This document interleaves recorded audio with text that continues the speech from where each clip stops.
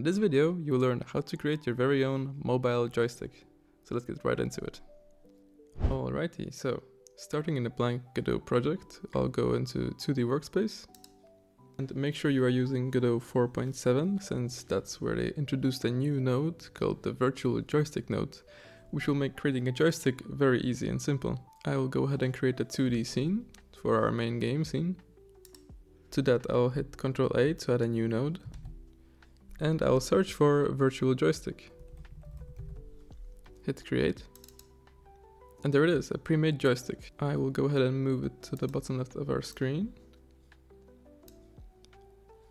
Now, if we test our game, you will see if I select the current scene, save, I can't actually move the joystick. Now, why is that? That's because the virtual joystick is a UI component that is supposed to be used with touch input, not mouse input. However, we can still test touch input using our mouse if we just enable a setting in our project settings. So let's head over there. Go into project settings. And I'm going to type in emulate.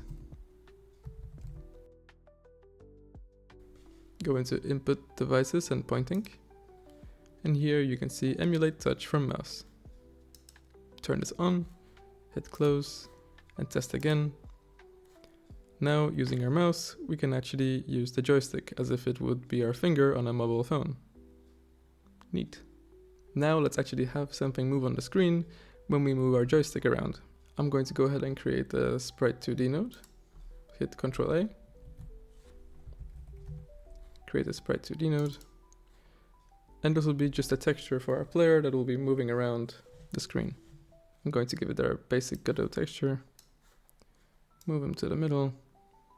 And give him a quick script. I will call it movement. Hit create. Now the way the joystick works is if you click on it, we can see in our inspector view, there are 4 actions indicating the different directions we'll be moving our joystick in. So left, right, up and down. And these are actually input actions. If you don't yet know what input actions are, I recommend you go and watch one of my previous videos going in depth into creating input actions and using them in your game. In short, we'll create 4 different actions that will then be used to move our player, and those actions will be triggered by the virtual joystick. To create your actions, go into project settings, input map, and here we'll create our actions for going in all of the 4 directions. So up, down, left, right.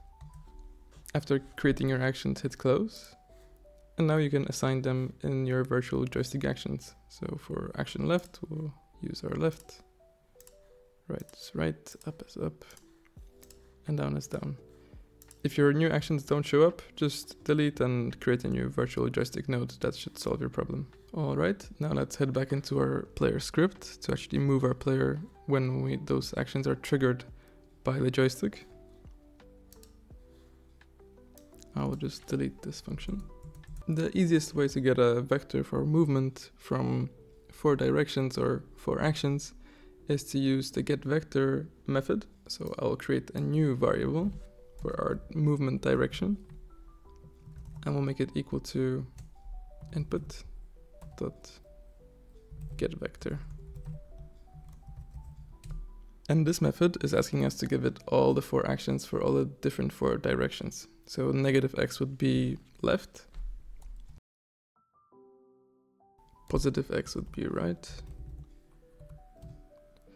-y would be up, because in Godot the y-axis goes downwards, so negative actually points upwards,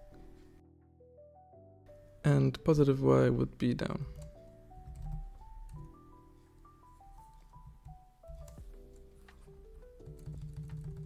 Messed up a little bit. Let's fix that.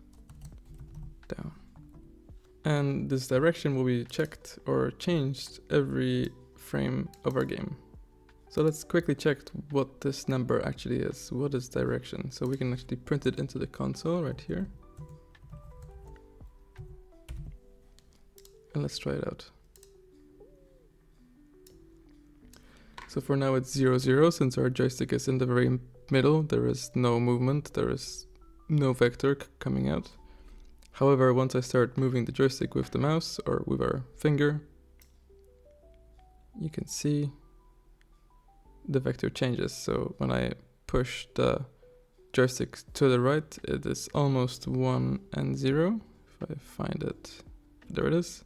So this is perfectly pointing to the right. But you can also see there is a lot of precision in the joystick, so we can get a really precise input of where our joystick is facing. But yeah, so here is 1 and 0. Here we have 0, -1. On the left it's -1 and 0, and facing down is 0 and 1. Now we just have to translate these numbers into actually moving our player on the screen, which should be pretty easy now. I can go ahead and delete the print now. And all we have to do is move the global position of our player. So we can add to our current position the direction times a certain speed. The speed can be a large, or should be a large number, around maybe, I'll try 500. And then we should also use delta so that we are frame independent. And this should be working. So if I hit play, if I move my joystick, we should be moving our player. There we go. Now you can see that he actually also mimics how far we're moving our joystick. So if I only move it a little bit, he will be moving slowly. And then full speed if I put the joystick all the way out.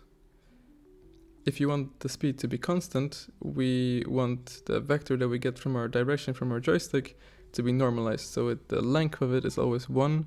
That way, even if we're moving our joystick by only a little bit, it will lengthen it to the full size immediately. That is a very simple fix. We can just do direction.normalized. If I hit play. Now if I only move my joystick a little bit, it'll have the full speed immediately. And there we go. You have your very own joystick now. I hope you were able to follow along and you enjoyed the video. Hopefully you've learned something and can come back to creating your own game. If you enjoyed the content that I make and would like to join a like-minded community of game developers, consider joining my Discord server where you can get a hold of me much easier. I'll leave a link in the description down below. Leave a like and subscribe, and comment down below what other tutorials would you like to see. And I'll see you next time.